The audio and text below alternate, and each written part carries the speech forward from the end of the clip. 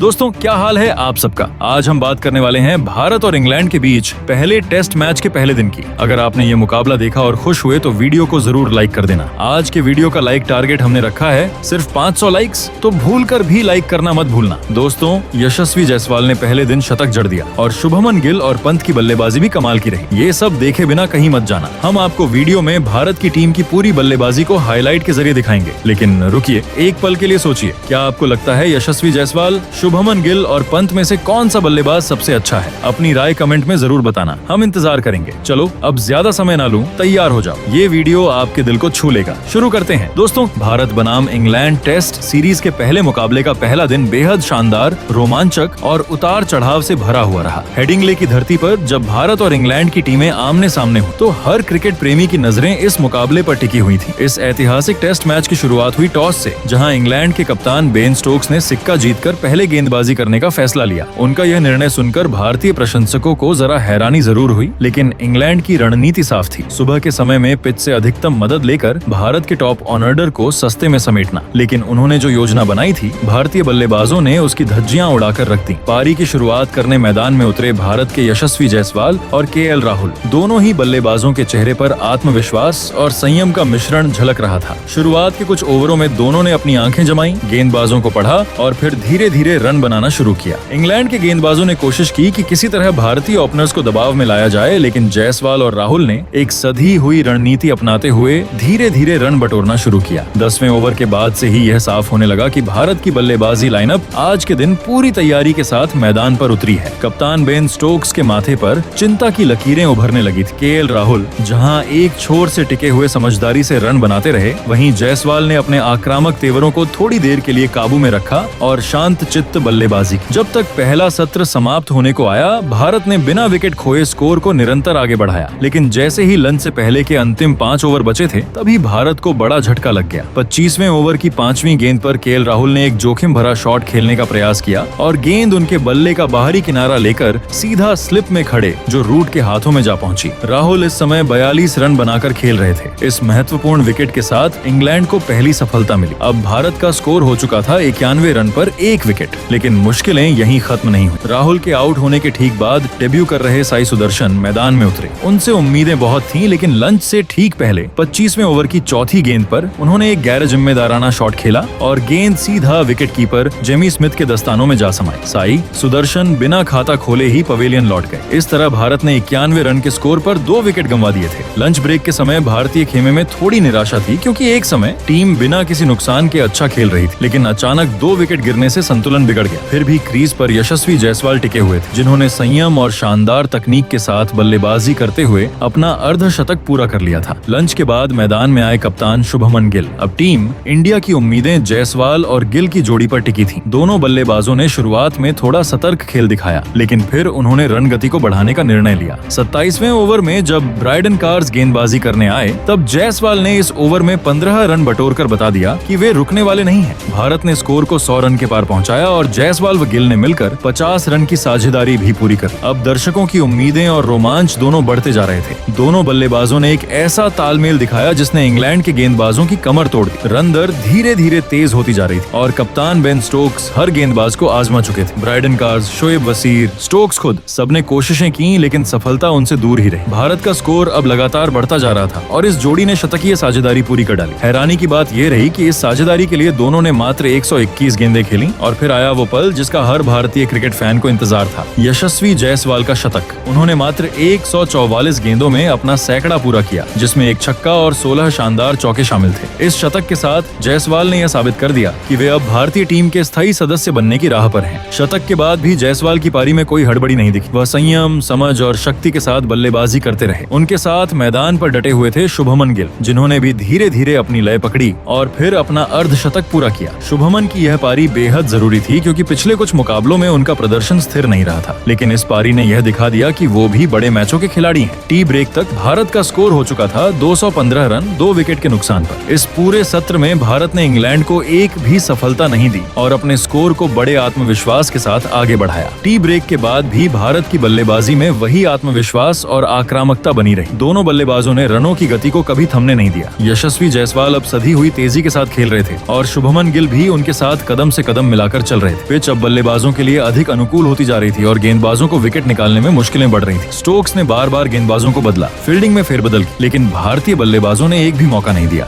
300 run का score अब दूर नहीं था। दर्शक दीर्घा में बैठे भारतीय प्रशंसकों की तालियां और जयकारे लगातार गूंज रहे थे। मैदान पर भारतीय झंडे लहराए जा रहे थे और ऐसा लग रहा था मानो इंग्लैंड में नहीं बल्कि भारत में ही मैच खेला जा रहा हो। जैसे जैसे दिन ढल रहा था, गिल और जायसवाल की जोड़ी और भी निखरती जा रही थी। इस बीच जायसवाल ने 200 गेंदों का आंकड़ा पार कर लिया और अब वह 200 रन के व्यक्तिगत स्कोर की ओर बढ़ते दिखाई देने लगे। दूसरी तरफ शुभमन गिल भी शतक के बेहद करीब पहुंच चुके थे। जब दिन का आखिरी घंटा शुरू हुआ तब इंग्लैंड की टीम पूरी तरह थकी और बिखरी हुई नजर आ रही थी। बॉलरों के पास कोई योजना नहीं बची थी और फील्डर्स भी सुस्त पड़ चुके थे। इस सत्र में भारतीय बल्लेबाजों ने क्रिकेट को एक कला की तरह प्रदर्शित किया। हर शॉट में टाइमिंग, हर रन में समझदारी और हर गेंद पर नियंत्रण था। दिन का खेल खत्म होने से पहले गिल भी अपना शतक पूरा करना चाहते थे और वो भी बेहद शालीनता के साथ। गिल और जायसवाल ने मिलकर अब तक की सबसे बड़ी साझेदारी बना डाली और भारत का स्कोर हो चुका था 250 के करीब। टी ब्रेक के बाद जैसे ही मैदान पर कदम रखे शुभमन गिल और यशस्वी जायसवाल, पूरा मैदान उम्मीदों से भर गया। हर आंख में एक ही सपना था, आज कुछ बड़ा होने वाला है। लोग बड़बड़ा रहे थे, अब आएगा मजा, अब चलेगा जायसवाल का बल्ला तूफान बनकर। कमेंट्री डब्बे में भी एक सन्नाटा था, लेकिन उस सन्नाटे के पीछे एक बेसब्री थी, एक इंतजार था, एक यादगार पारी का, एक तूफानी क्लासिक का। क्योंकि भाई जब जायसवाल जैसा घातक बल्लेबाज टी ब्रेक के बाद जमकर आता है तो गेंदबाजों की हालत पहले से ही पतली हो जाती है। लेकिन क्रिकेट, ओह क्रिकेट, ये खेल सिर्फ बल्ले और गेंद का नहीं, ये खेल है किस्मत, जज्बात और झटकों का। और आज का झटका ऐसा था जिसने करोड़ों दिलों की धड़कनों को थाम दिया। 55वां ओवर, तीसरी गेंद। गेंदबाज थे बेन स्टोक्स, एक अनुभवी, चालाक और माहिर कप्तान। उन्होंने गेंद फेंकी और जैसे ही गेंद ने पिच को छुआ उसने अपना मिजाज बदला। थोड़ा सा उछाल, थोड़ा सा मूवमेंट और यशस्वी जायसवाल का बल्ला थोड़ा सा चूक गया।